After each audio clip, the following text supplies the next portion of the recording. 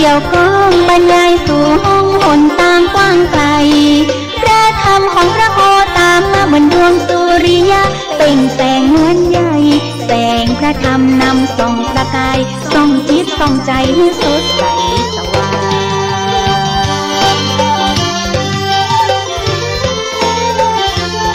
มาฟังธรรมะเหมือนได้อิ่มทิพย์เหมือนบันไดเลื่อนลิบขึ้นสวรรค์เอกทางน้ำทิพย์ประมนประดุจน้ำค้างชำระช่วยล้างไร้ทุกข์ไร้โศกดีงามพระอาจารย์แก่นมาสนทนาธรรมตนอุปธรรมนำพระธรรมเผยแผ่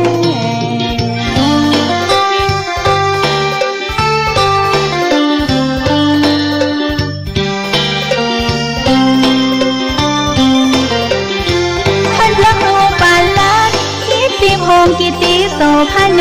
โยโสน้องวา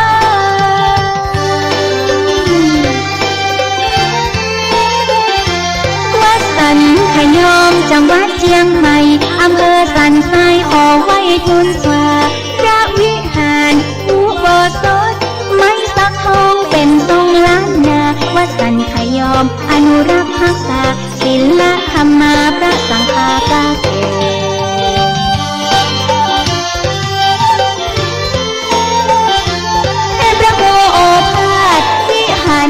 หรือพระครูบุญเลิศพระผู้เผยแผ่ตั้งเจ้าอาวาสจิตตั้งประเสริฐแต่พระครูสถิตธุรทนตนเก่งใบบุญองค์อุปถัมภ์สนับสนุนชี้หนทางบุญนำพระธรรมเผยแผ่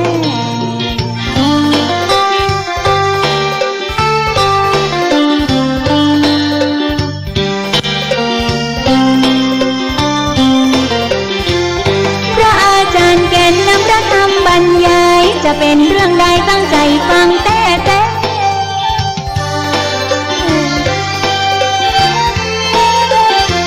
ยื่นเก้าสิบหกฟังธรรมะไผ่แผ่เจิญต่อเจิญแม่หมุนขึ้นฟังกันบรรยายเนื้อหาสาระเป็นมุขปาฐะสู่พี่น้องคนฟังธรรมะเปรียบเหมือนหนทางเดินตามแนวทางผู้รู้ผู้ตื่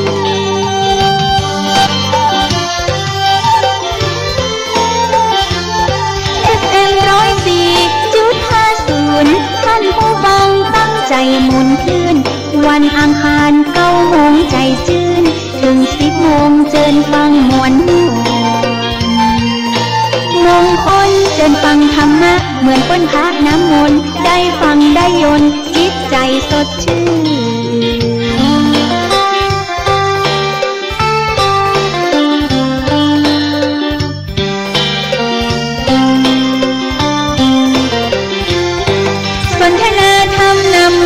คนใจศรัทธาวงใหญ่ยิ่งใจใหญ่น้อง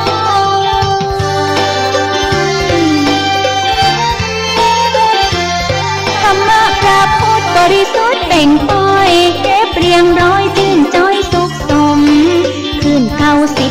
18.75เป็นคลื่นธรรมะชุมชนวันเสาร์วันอาทิตย์เจิญมายินยนต์เวลา4 โมงถึง5 โมง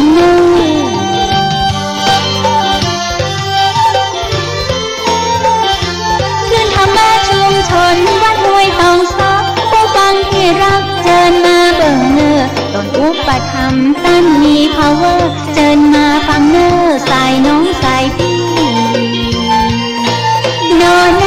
สดับรับฟังบรรยายธรรมะสู่ใจจึงได้ประโยชน์เจิญฟังสดับรับฟังบรรยายธรรมะสู่ใจจากพระอาจารย์แก่น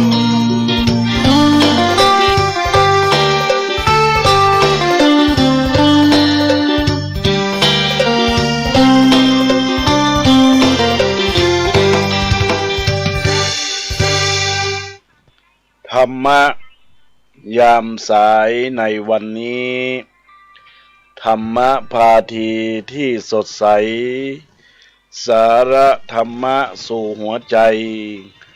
ให้คลายทุกข์สุขใจหายกังวลเรื่องดีๆล้วนแต่มีสาระใช้ธรรมะขัดเกลาให้เขาใส ธรรมะสักโคกโรคของใจให้สดใสใจสะอาดกันทุกคนละเลิกโลภโกรธหลงปงนิสัยใช้อุบายทำปัดเป่าให้เข้าที่เสริมบารมีบุญเก่าเราทั้งหลายฉุกคิดผิดให้ถูกสว่างใจสุขสดใสย่อมมาแทนธรรมะพาทีในวันนี้ฟังแล้วย่อมดีมีค่าหลาย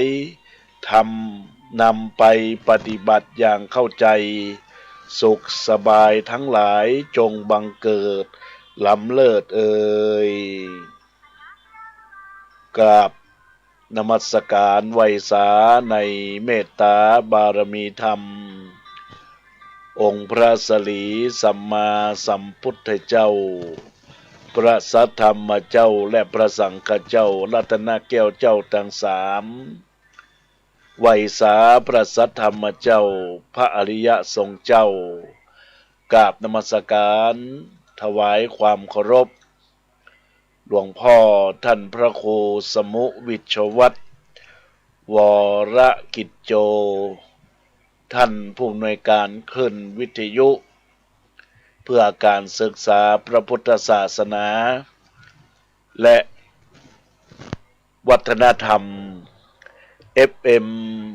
104.50 เมกะเฮิรตซ์วัดฝ่ายหินท่านผู้รักษาการเจ้าวาดวัดฝ่ายหินที่เคารพอย่างสูงกราบนมัสการถวายความเคารพท่านอาจารย์พระครูสถิตธุราธรเจ้าวาดวัดสันขยอมวิหารอุโบสถไม้สักทองทรงล้านนาประสงค์เถรานุเถระครูบาอาจารย์จุตนจุองค์จุรูปขอเจริญพรเจริญธรรมธรรมสวัสดีกับบรรดาญาติโยมอุบาสกอุบาสิกาทายกทายิกาศรัทธานาบุญตั้งหลายในโอกาสประจำวันอังคารในวันนี้บรรดาญาติโยมก็ได้มาพบปะกับอาตมาภาพพระครูปรัตน์กิติพงศ์กิติโสพโนหรือพระอาจารย์แก่นสำนักวัดสันขยอมวิหารอุโบสถไม้สักทองทรงล้านนาตั้งที่ตำบลสันทรายน้อยอำเภอสันทรายจังหวัดเชียงใหม่จักได้นำรายการธรรมะยามสายสู่ใจเพื่อสันติภาพมาพบปะกับบรรดาญาติโยมอุบาสกอุบาสิกาในระบบการเฟซบุ๊กไลฟ์เพจธรรมะสู่ใจเพื่อสันติภาพและก็คลื่นวิทยุ FM 104.50 วัดฝ่ายหินในโอกาสวันนี้ก็ถือว่าเป็นวันธรรมสวรรค์ใหม่เป็นวันที่เราท่านทั้งหลายเสียสละการงานช่วงเจ้าก็ได้ไปใส่บาตรหยาดน้ำหมายตันหาป่อหาแม่หาปู่หาย่าพี่น้องผู้ล่วงลับดับขันไปออก8 ค่ำเดือนเก้าเหนือก็มาจุจอดลอดถึงบุราศรัทธาญาติโยมม่วนงานสันเล้าเข้าสู่รายการสารธรรมสู่ใจในครั้งนี้ฟังแล้วได้หากดี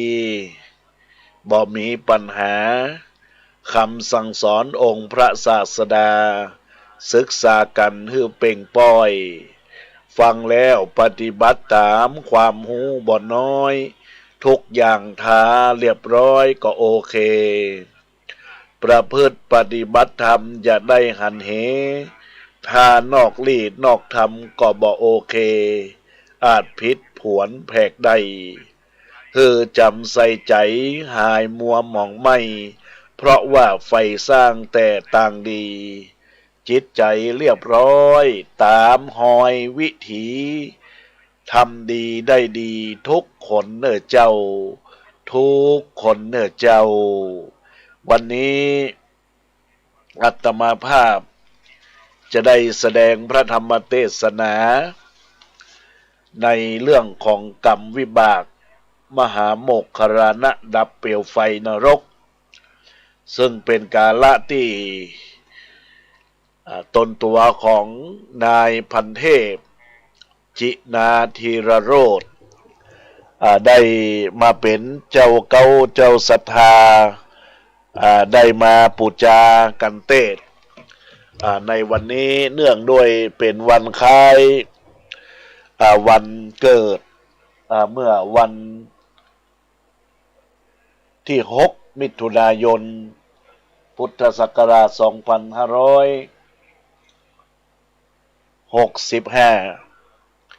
ที่มีอายุครบไคร่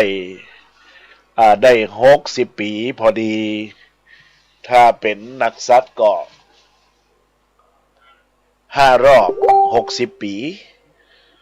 ของนายพันเทพจินาธีรโรธก็ได้มาเป็นเจ้าภาพเจ้ากันถวายทานอุทิศบุญกุศลปัจจัย500 บาทเป็นการสนับสนุนยังเครือข่ายวิทยุแล้วก็เป็นค่าอินเทอร์เน็ตลิงก์สัญญาณต่างๆตามที่จะได้ปฏิบัติปัจจัยเป็นกาละเรียกว่าเป็นเจตนารมณ์ของพระสงฆ์แล้วปัจจัยที่นายพันเทพจินาธีรโรธจักได้ถวายทานนี้อุทิศไปหายังป้อใจจินาแม่ดวงจินานายทองจินานายสมกันทาสาวพร้อมด้วยครอบครัวผู้ล่วงลับดับขันไปแล้วในญาติโยมต่างหลายบัดนี้การแสดงพระธรรมเทศนาที่อาตมาภาพจักได้แสดงธรรมวันนี้ก็จะได้เตธนาธรรมพื้นเมืองให้กับบรรดาญาติโยมสาธุชนพุทธบริษัทต่างหลายที่เกิดประจำวันนี้ก็ร่วมปัตตาอนุโมทนาบุญกับบุญกินบุญทานที่นายพันเทพจินาธีรโรธได้เป็นเจ้าภาพได้เป็นเจ้ากันสร้างปารมีธรรมสร้างปารมีบุญดังที่คำกรตะกี้ที่ได้กล่าวว่าเราจะต้องสร้างกุศลผลคุณงามความดีไว้กับเนื้อไว้กับตัวไว้กับตนให้ดีให้งามเกิดขึ้นสร้างปารมีของตัวเองแล้วก็ชีวิตของเฮาก็จะมีความสุขเปิ้นบอกว่าวันวานยังหวานอยู่ถ้าหดหูดวงใจฮือคลายหมองจิตผ่องใสใจก็เลื่องลองคงสมปองดังหมายในสักวันวันนี้ที่เขาที่เราวันนี้ที่เขาที่เราก็ดีนะใจเป็นพระเลิกลดละไร้สาระก็เลิกละกันเสียทุกอย่างเราต้องเคลียร์เรื่องเสียมเสียฮือไก่ห่างทุกอย่างในญาติโยมต่างหลายเราต้องลดละเลิกยังบุญกุศลที่เราได้สร้างลดละเลิกบุญกุศลที่เราจะร่วมกันสร้างลดละเลิกในสิ่งที่เป็นความชั่วญาติโยมคิดสิ่งหนึ่งประสงค์สิ่งใดที่ชอบประกอบไปด้วยธรรมก็จะได้มีความสำเร็จจงทุกประการญาติโยมทั้งหลายในโอกาสที่บรรดาญาติโยมได้รับฟังอยู่ในขณะนี้ตลอดถึงท่านทางเจ้าภาพเจ้ากันคุณพันเทพจินาธีรโรธจะได้ร่วมกันประพฤติปฏิบัติในโอกาสนี้ก็ขอเจริญพรได้รับฟังหลังจากที่ได้รับฟังกันเทศจบไปก็จะได้ปันปอนอนุโมทนาขอบคุณ กับมูลศรัทธาญาติโยม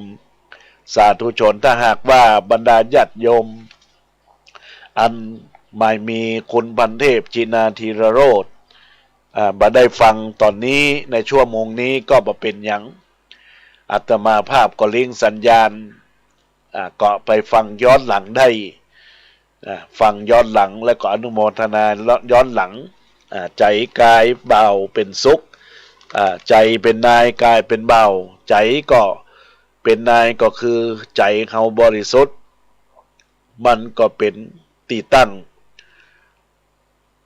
กายเป็นเบาก็หมายถึงว่าเมื่อน้อมกายประพฤติปฏิบัติในเริ่มแรกเดิมทีบ่ได้ทำแต่ว่าได้คิดถึงแต่ละขณะจิตจิตนั้นก็จะมีความสุขในญาติโยมจิตนั้นก็จะปลอดโปร่งปิดนั้นก็โล่งอกโล่งใจคิดปรารถนาสิ่งใดก็จะบ่ได้ขัดข้องญาติโยมทั้งหลายก็ขอเจริญพรกับบรรดาญาติโยมบรรดาศรัทธาญาติโยมสาธุชนพุทธบริษัททั้งหลายที่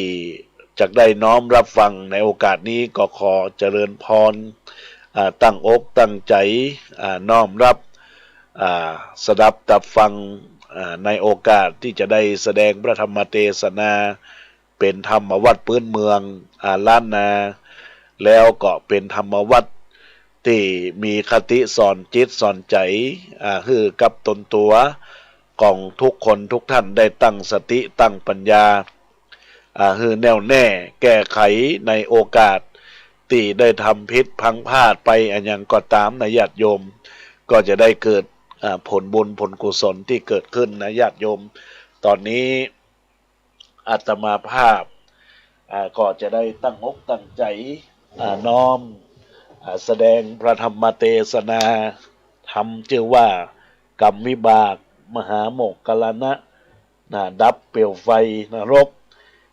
ซึ่งก็เป็นธรรมจะได้ก็ให้ตั้งอกตั้งใจตั้งเจตนารมณ์ให้ดีให้ข่าวใสผ่องแผ้วคิดสิ่งหนึ่งประสงค์สิ่งใดที่ชอบประกอบไปด้วยธรรมก็จะได้มีความสำเร็จส่วนเจ้าภาพเจ้ากันซึ่งเป็นคุณพันเทพจินาธีรโรธได้ตั้งมโนในใจฝ่ายอ้างที่จะได้ทำบุญสุนทานและเป็นวันคล้ายวันเกิดของท่านที่ผ่านมาขออานิสงส์จากการฟังธรรมนั้นสะท้อนย้อนกลับให้ครอบครัวของท่านได้อยู่เย็นเป็นสุขหิมากล้าขึ้นทำสิ่งหนึ่งสิ่งใดที่คัดที่ข้องปัญหาอุปสรรคก็ขอให้ทำอานิสงส์อันนี้ให้ได้อยู่เย็นเป็นสุขต่อไปเนอะตั้งอกตั้งใจณโอกาสบัดนี้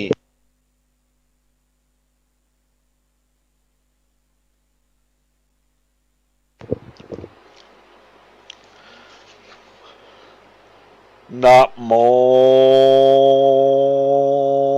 ตัสสะภะคะวะโตอะระหะโตสัมมาสัมพุทธัสสะกัมโมนาวาตาติโลโกติสัทธาอันว่าสัมปัญโยพระพุทธเจ้าตนเป็นเก้าที่โลกาจารย์พงสำลานยังจอดอยู่ในอารามยอดชื่อว่าเจตวนารามก็พาลบยังจะตะกะงามเป็นเหตุจึงปวัติเตสานา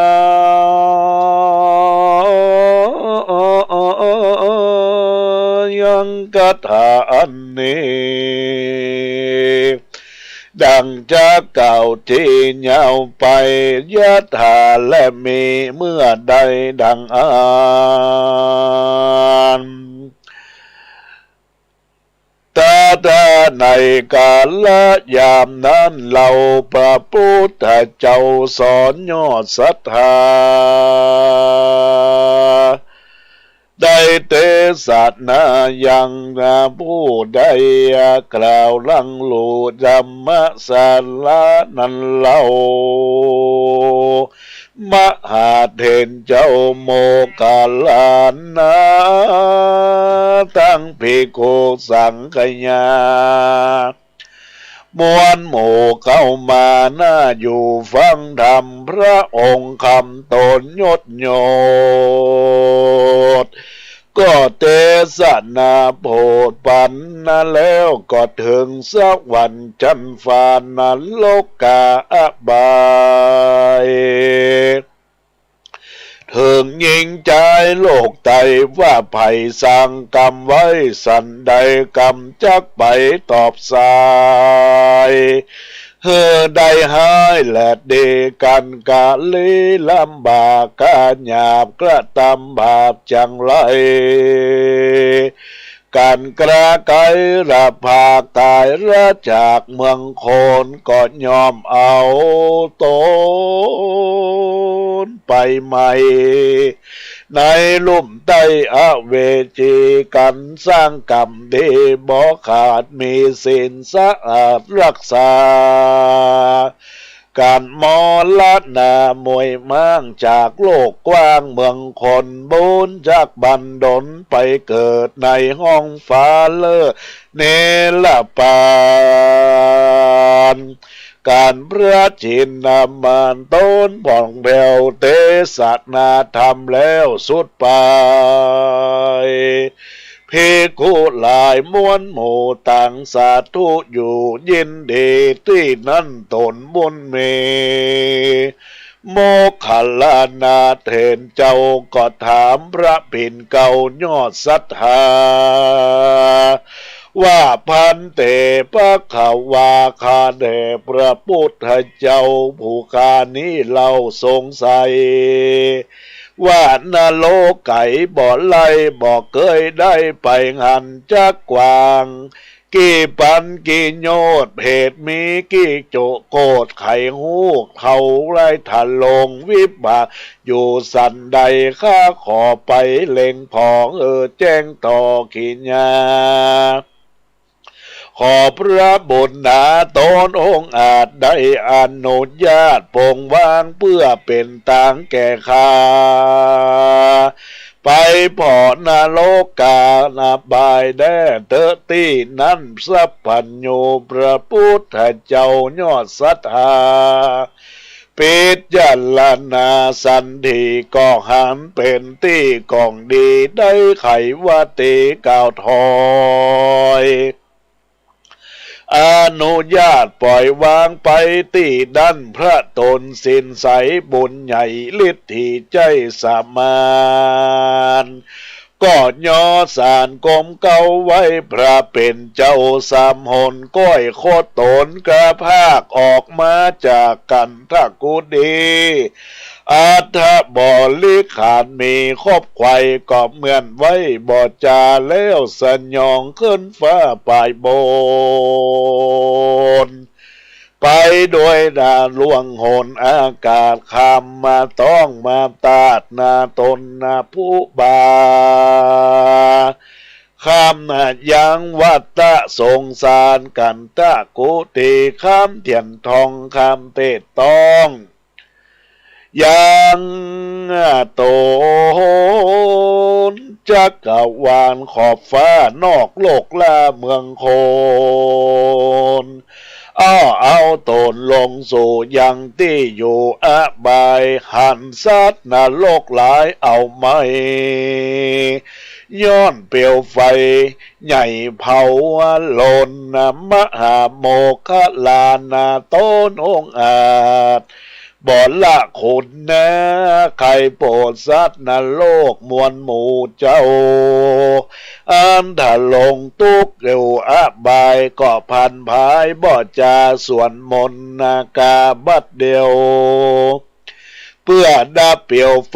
นรกอันจักโยกผงเพศออกจากเขตเคียงเขตเทโลโมกขลาโนนาลาการทางโลกะกุมเพเทสวาอาเกปันเตนะโมพุทธายะนะโมธัมมายะนะโมสังฆายะอิสวาสุกันว่าเปลวไฟนรกดับมอดพระตนยอดสินใสก็เข้าไปสู่ห้องคงเตะต้องนรกกวางหันซัดอยู่สร้างไม่มาดเลียดย้อยหยาดแดงแพงหอกดาบแตงเสียบต้องพดนันลอดห้องสันหลังคางดังอดเอาห้องก็ไม่เอาทะลนตัวเป็นคนหัวเป็นวอกเย็ดนะลอกยากกิ้วต้องแอวกิ้วเลี้ยงหลังโกพ่องมีตัวดังแม่เต้ามีหน้าเป็นมาพ่องนั่นนามาเป็นไก่ดาวนั้นไส้เป็นคนพ่องมีตัวตนดูลางตัวขากอ่างหลังลายพ่องก็ตัวเป็นควายและแต่เราหัวเป็นนาเต่าหลังโกพ่องเหนือตัวพ่องพลอยเลือดหยาดย้อยเป็นสายมีดนอนลายยะกินเหม็นสาปานผีสัตว์นรกมีหนุ่มเท่าหันพระเป็นเจ้ามาไกลถามดูว่าจุมโมสะพายเพศตกอยู่เขตอบายกำสั่งหมายตอบสายจึงตกให้เคียงเคเพศอเวจีหนุ่มเทาก็เล่าแต่เก้าสุดปลายว่าดูข้าตั้งหลายชาติก่อนเกิดอยู่บ่อนเมืองโคนใจทะล้นจะถอยข้านาสัตว์ใหญ่น้อยนาลักของผู้อื่นมากินใจพ่องถอยไล่มวลดำปอมเงินคำบาปบังโผลบหน้าตาจังแดนนาโลกตีวัดวาอาวาตีพระธาตุของทรงโลกเขตนาปงแดนนาป่าตีป่าจ้าสถานโลบเอาตี้สถานเสียบานโลบเอากว้านร้องน้องอันเป็นของน้ำหมูร้องน้ำมีอยู่ทมเอาบาปบอกเบาแต่ใส่ตางเตียวไตมากาโลบเอามาบอดญาติเป็นเขตบานของตัวสะพานขัวเตียวไตเผาบอกไว้วายวอดเนี่ยใบบอดแต่เราลักพระเจ้าไปขายของทรงหลายบอกไว้ลักเอาไว้ได้นำนี้ตั้งของเจดีย์พระธาตุอยู่อาวาสของทรงใดหลงละตั้งถอยบ่อไฟอ้อยตามทำปาละกรรมหยาบจะให้ตัวตาบสายทาวีการผู้ฆ่าตายนี้บ่อยมากจากโลกกว้างเมืองคนป่าประกรรมตนสร้างไว้ป่าไปตกนรกใหญ่อบายเสวยสุขหลายไม่มาดบ่เว้นขาดขึ้นวันขอพระทะลงทำตนบุญกาได้ช่วยผู้ขาพ้นจากทางตกยากทรมานแด่เธอตีนั้นพระมหาโมคคัลลานาเถรเจ้ากันเพศหนุ่มเทาวอนวานแม่นสงสารแต่ใส่ก็ช่วยบอดในเป็นไม้ก็รีบพันภายบอดจาได้สูตรนรกกาทัดไปเพศอยู่ในหลายหลากใดตะลงวิบากเกียงกาเพศนาผูกนี้ต่างเก่าที่จะใครว่าน้ำแป้ไฟแป้น้ำบอกขาดพร่ำ ยามวันพระทะลงทำตนองค์อาจบ่ราขาดคุณนาหันกับตาเป่งปล่อยได้เย็นที่ตอยกับหูคะเน่งดูสันติว่าเพศหมู่นี้ประหลาดมันโอกาสขีดยาบอกเคยฟังมาแต่ใสกวนจักใดจะทำรู้ความมาแจ้งที่แจ้งเสียงเสียงแห่งสงสัย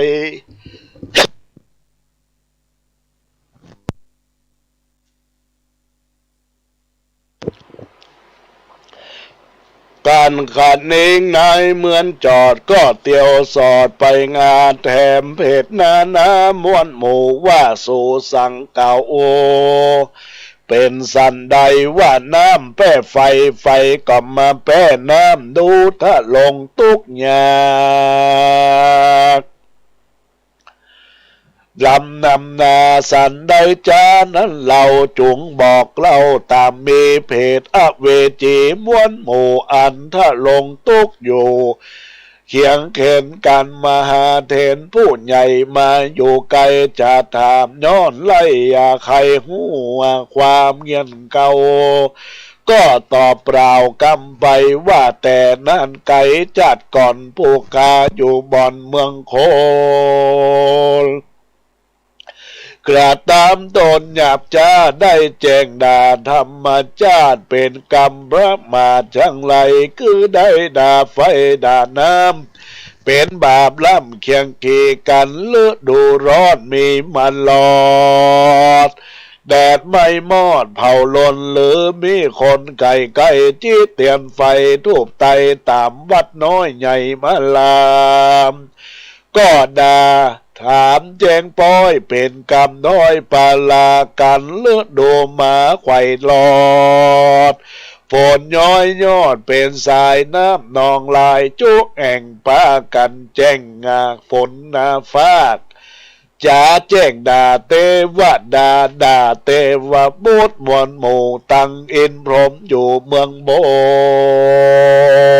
ลว่าสั่งฝนตกล้ำเนี่ยน้ำนองไหลเป็นสันใดนั่นเรากินเขาเน่าเสียดาย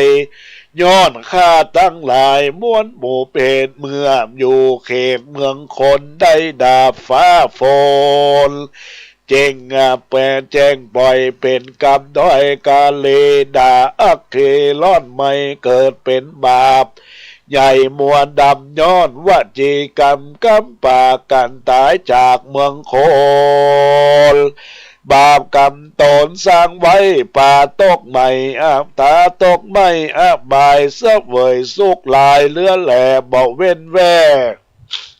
คืนวันจึงปากันโอกาสบ่อนใดขาดย่ำใดว่าน้ำแป้ไฟก็มาแป้น้ำบอกขาดพร่ำนำนากันว่าบอกใครจะกรรมกันบอกใครจะกำดังบาปก่อนนากี้สร้างไว้จักป่าคือได้เคียงเคกันใครว่าตีว่าน้ำแป้ไฟพร่ำยามใดจักมีไฟเอาร้อนไม่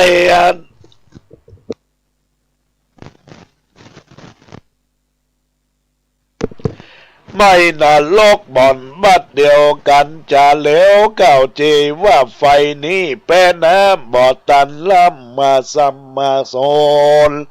จักมีฝนย้อยหยาดบ่เว้นขาดยามใดน้ำจักไหลนองใหญ่ท่วมเสียงไข่เวจีตายหนีมวยหมอดตายแล้วกับหลอดขึ้นมาตุกขเวตนาบ่โหดแถมตื้อโกรธยาวนานขอพระทาลงยานตนองค์อาจบลากาศคุณนาได้เมตตาหมูเพศได้พ้นตุกเขตอบายแด่เธอที่นั่นมหาโมกขลนะเจ้า กันเพศนมเท่าไข่ปันก็คันเองหันขวานหูว่าสัตว์มวลหมู่สงสารมีกรรมปานเหตุนาดังอันเป็นดังเพศนิสัยสร้างบาปไว้กับตนแต่อยู่เมืองคนโลกลามาตกนาโลกกาเวจีวิบากเมล่ำโลนจากลอดพ้นยังงานยาวนานมหาโมกขลานาลานยอดซอยเกิดข้าคอยขันเองในแล้วกาไก่ละปากออกไปจากอบายก็พระบุญภายตนพ่องแผ่วพ้นจากนรกแล้วนันโสดไฟนรกโหดแดงเขียวก็ลุกเป็นเปลวดังอันนาหลังดังเก่าสัตว์นรกไม่เอาทะโลนส่วนโมกขลานาเถนเจ้าตอนบนใหญ่ฤทธิใจสามานก็สะยองนานบ่จะขึ้นสู่ฟ้าบัดเดียวด้วยเร็วรีบว่าวองถึงรอดห้องเมืองคนรีบเล่วนไปสู่ยังที่อยู่มหาวิหารแล้วก็นำมัสการกรมเกลาไว้พระเป็นเจ้ายอดมุนีก็มิแลมูลศรัทธามวลหมู่อันพร้อมงานอยู่ฟังธรรมได้ดาจำแก่ตนติดสืบสนตึงภายในนิยายกล่าวจี้ว่ากรรมเวบากนี้ไพศาลบาปบ่ห่วงงานนี้ไก่แล้วก็ย่อมติดตนไปจักจองตนตกห้องเกียงคีการตายนี้ละภาคจักใดถ้าลงวิบากถ้าลนตามกรรมปาลนตนสร้างไว้บ่อาจเป็นใดเป็นหมายจุบระยิงใจหนุ่มเทา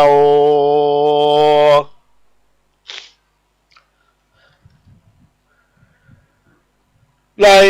ย่อมเอาตนไปเจยบานแล้วก็ได้เอาเจิญจืนจอยดังไฟผาดนากันไกลกาลภาค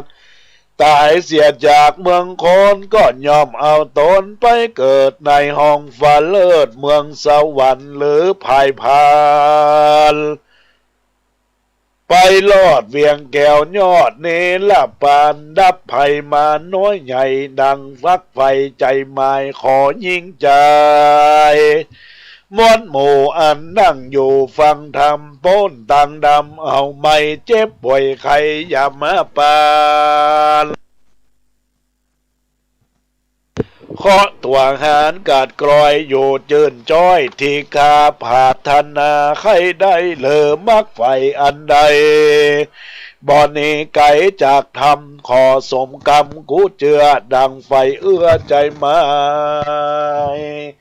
จุยิงใจหนุ่มเทาแต่แดดเติดนิดทิศตังขินยา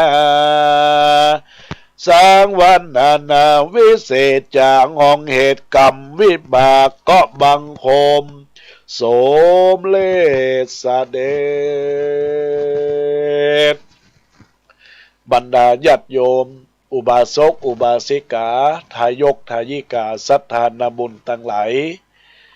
ได้รับฟังการแสดงพระธรรมเทศนาอันชื่อว่าทำกรรมวิบากมหาโมกขลานดับเปลี่ยวไฟนรกซึ่งได้แสดงธรรมจบลงไปเป็นธรรมวัดพื้นเมืองล้านนาดังนั้นแล้วบรรดาญาติโยมอุบาสกอุบาสิกาต่างทั้งหลายดังในธรรมที่เกี่ยวข้องก็คือพระมหาโมกขลานะซึ่งท่านเป็นพระอริยสงฆ์เจ้าเป็นพระอรหันต์สาวกของพระพุทธเจ้าปุคละบุคคลใดที่ทำกรรมไว้เพราะว่าจะเป็นกรรมด่าป่อตีแม่เป็นกรรมลักเอาเงินเอาคำของเปิ้นฆ่าสัตว์ตัดชีวิตตัดรอนสัตว์ ได้โลภเอาตีเอาหนคนอื่นเห็นแก่ตัวก็ดีแล้วก็ได้กระทำในสิ่งที่เบียดเบียนผู้อื่นด้วยกายก็ดีด้วยใจก็ดีวาจาก็ดีเหล่าน่าจะขวัญเป็นพระรุษวาจาที่ได้เกิดขึ้นก็ดีแล้วก็ปุถุชนคนที่กล่าวมาได้กระทำบาปกรรมเหล่านี้ในญาติโยมก็ตกมโนหกหมกไหมแต่แล้วเนี่ยยังดีที่ว่าพระโมคคัลลานะเป็นผู้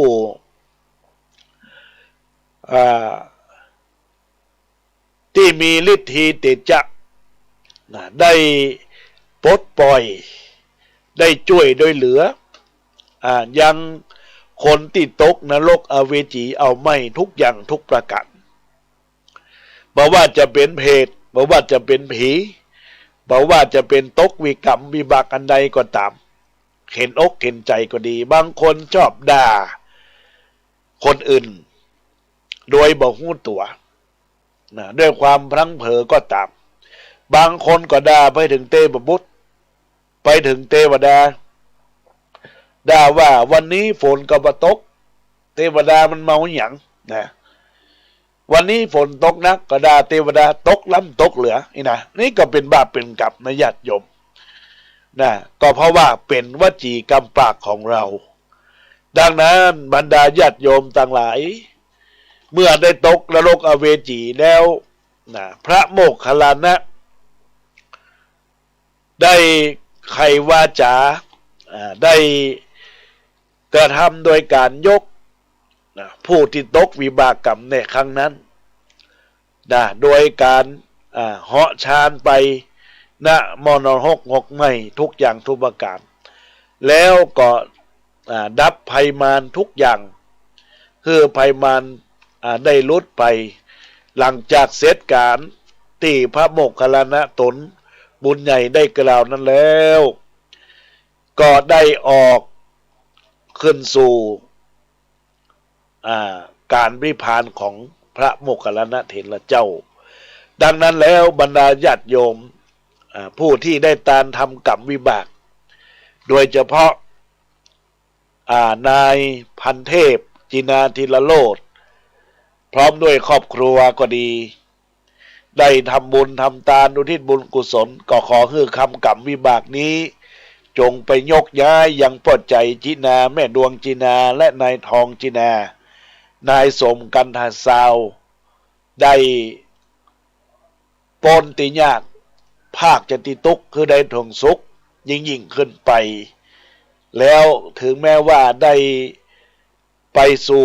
สุคติสวงสวรรค์กลับมาเป็นมนุษย์ก็ดีก็ขอให้เป็นมนุษย์ที่มีสมบัติเป็นมนุษย์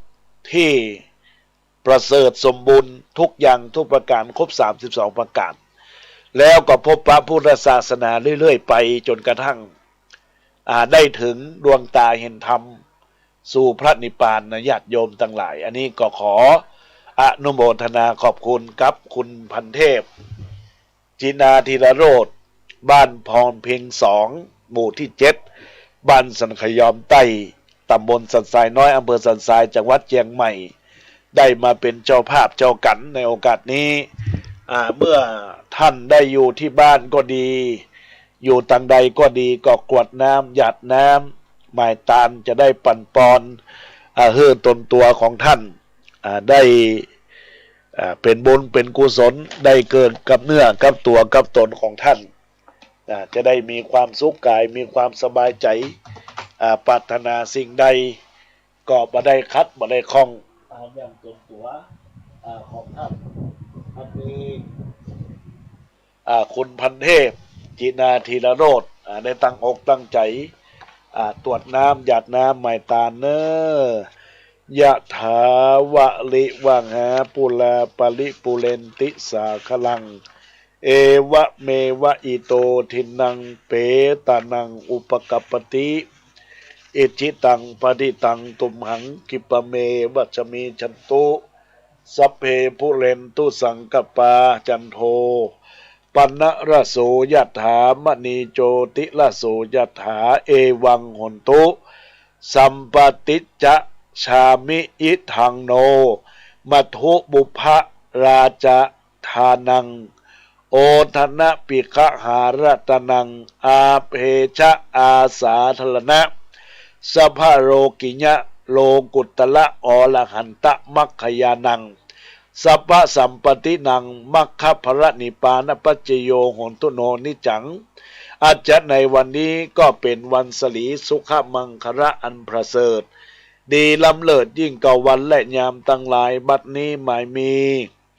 คุณพันเทพจินาธิรโรธได้สลงคงควายตกแต่งแปลงพร้อมน้อมมายังมัทุบุพะบุภาลาจาดวงดอกเข้าตอกดอกไม้และนำเตียนวางเวียนไว้หน้าถ้าเป็นคอนน่านทำตาลโอทนะพิกหารสัพพปริวารตาลตั้งหลายบอนพงนี้นำมาถวายเป็นตาลแก่พระติตไตรรัตนพันแผ้วพระแก้วเจ้าตั้งสามประการด้วยใจจมชื่นจมบานบ่เศร้าบัดนี้ตนหัวแห่งอัตมาภาพตนตัวแห่งเราอันเป็นลูกศิษย์แห่งพระพุทธเจ้าก็หากมีธรรมเมตตาปฏิกหะรับเอายังพิกหารปัตุตานมวลผงนี้แล้วเพื่อคือแล้วแก่คำกรรมหาตนาแห่งเจ้ามูลศรัทธาตั้งหลายว่าสนิตดีกุศลผลบุญนี้มามีมากเจ้ามูลศรัทธาจักอุทิศฝากไปหายังผู้มรณาไปสู่ปรโลกไปแน่ผู้มีนามเมื่อก่อนชื่อว่าป้อใจจีนาแม่ดวงจีนาและนายทองจีนานายสมกันทาสาวแม้นว่าเขาเจ้าข้ายามเมื่อมรณากากาศชีวิตขาดตัวตนได้วางจิตใจเจตนาอารมณ์อะไรไปบ่จ้างตกห้องข้างอยู่ระหว่างจตุระอบายตายไปเป็นเพศเป็นผีตุกเวทเวทนาตีหนึ่งตีใดกี่ไก่ตีใกล้ห้อนบ่ได้อาบอยากก็บ่ได้กินดังอันก็ดีก็ขอบุญและลายสีอันนี้ไปจุจอดไปรอดไปเติงเฮือกินเสวยบริโภคแต่เล่าแม่ได้รอดยามเจ้าก็ขอเฮือดังเป็นเข้างายไปแม่นว่าไปรอดเมื่อขวายก็ขอเฮือเป็นกลับกลายเป็นกัมจูตนตัวไปเมื่อหน้าขานว่าไปรอดเถิงเมืองเมื่อล่าขอให้เป็นเขาติบนั่นติบ10ประกันแปลร่างการเป็นเฮือสำคัญกรรมนำตนตัวของผู้ที่ได้กล่าวนามมา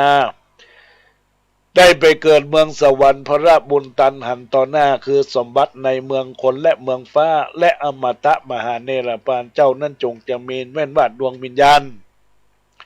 อยู่ไกลสุดวิสัยกุศลไปบ่รอดขออัญเชิญ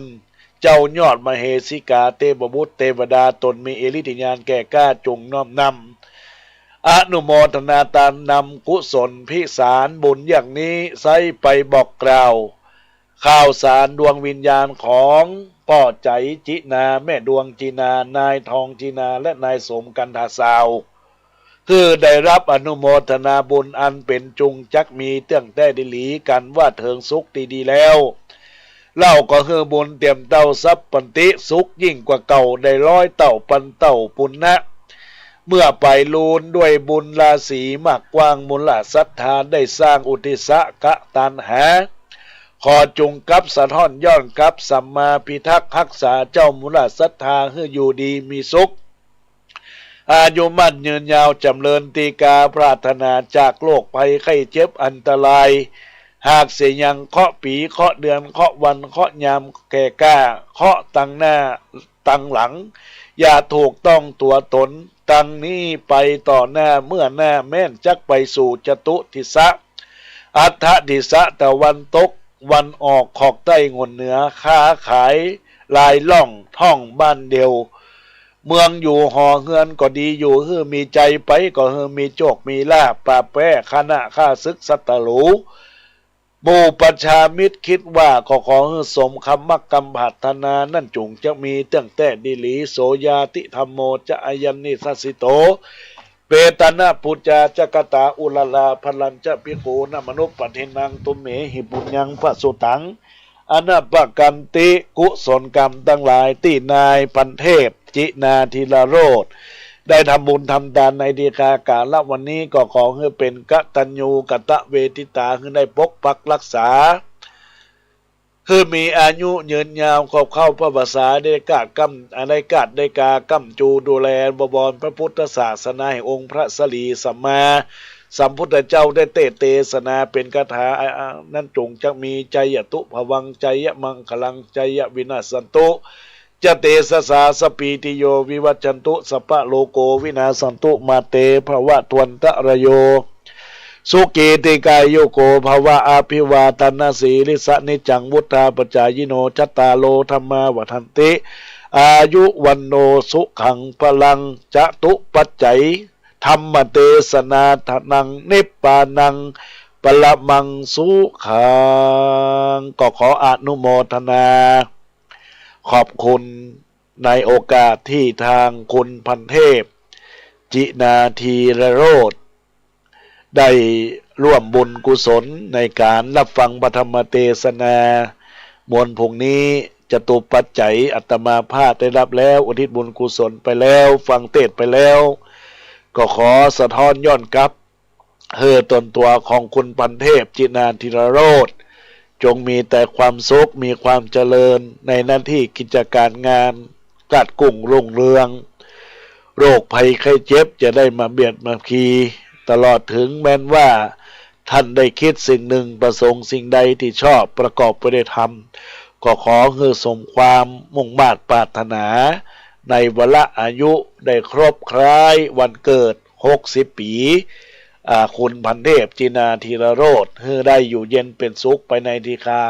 กาละวันนี้ยามนี้เป็นที่ฮักของคนมนุษย์และเทวดาเจ้าตั้งหลายเน้อเทวดาปกปักรักษาเน้อขออนุโมทนาขอบคุณบรรดาญาติโยมอุบาสกอุบาสิกาได้รับฟังธรรมะจากอาตมาภาพเป็นธรรมะพื้นเมืองชื่อว่ากรรมวิบากมหาโมกขลานะดับเปลวไฟเรียบร้อยแล้วก็จะได้ทักทายอู้จากับบรรดาสถานญาติโยมอุบาสกอุบาสิกาในการไลฟ์เฟซบุ๊กได้ทักทายเข้ามาในกล่องข้อความก็ขออนุโมทนาขอบคุณกับคุณขั้นหนึ่งนิดขั้นหนึ่งคำฟูเจริญพรอนุโมทนาขอบคุณกับคุณโยมพินทองไข่โตะเจริญพรกับคุณโยมแม่มาลีนภิกุลเจริญพรกับคุณโยมจันเพ็ญคำโปธาเจริญพรกับคุณโยมเล็กมูเจริญพรกับคุณโยมธนวันพูดงามนมัสการหลวงพ่อพระครูสุมนวรกิจเจ้าวาดวัดสรีไซมูลเจริญพรกับคุณโยมพินชริยานิติประสาทเจริญพรกับคุณโยมบุญเฉลียวสีบุญเรืองจากบ้านหนองจังคืนเมืองละปุ่นเจริญพรกับคุณโยมครูแม่ครูลักษมีศรีสวัสดิ์แล้วก็เจริญพรกับคุณโยมศรีพรมุนินและก็เจริญพรกับนิกรละอ่อนแปลนเวทีได้ทักทายเข้ามาเจริญพรกับคุณโยมจันจรัตน์แจ่มกระจ่างได้ทักทายเข้ามาในโอกาสนี้ก็ขออนุโมทนาขอบคุณกับบุญญาเจตนาที่ท่านทั้งหลายได้ตั้งใจตั้งอกตั้งใจฟังแล้วก็ทักทายเข้ามากดไลค์กดแชร์ในโอกาสเป็นบุญเป็นกุศลแล้วก็บรรดาญาติโยมที่ทักทายเข้ามาในกล่อง Messenger ก็มีคุณโยมเฉลียวคุณโยมเฉลียวชัยวงศ์เนี่ยได้ทักทายเข้ามาก็อนุโมทนาขอบคุณกับบุญที่เกิดจากจิตจากใจ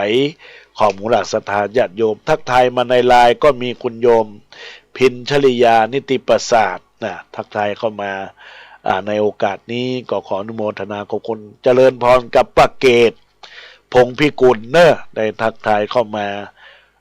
ในโอกาสที่ได้รับฟังพระธรรมเทศนาก็ทักทายเข้ามาเจริญพรกับคุณโยมแม่นวลนิดชาวชาติจากป่าเปาในได้ทักทายเข้ามาในรายการธรรมะ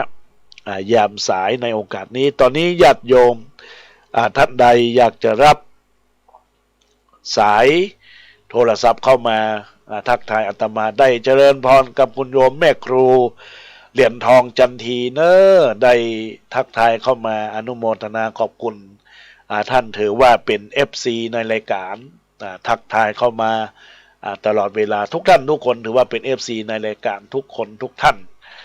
บางครั้งก็โทรศัพท์เข้ามาบางครั้งก็ทักทายในเฟซในไลน์ก็อนุโมทนาตอนนี้ญาติโยมทั้งหลายมีโอกาสเวลาทักทายกันเนอร์ที่เบอร์โทรศัพท์0962629694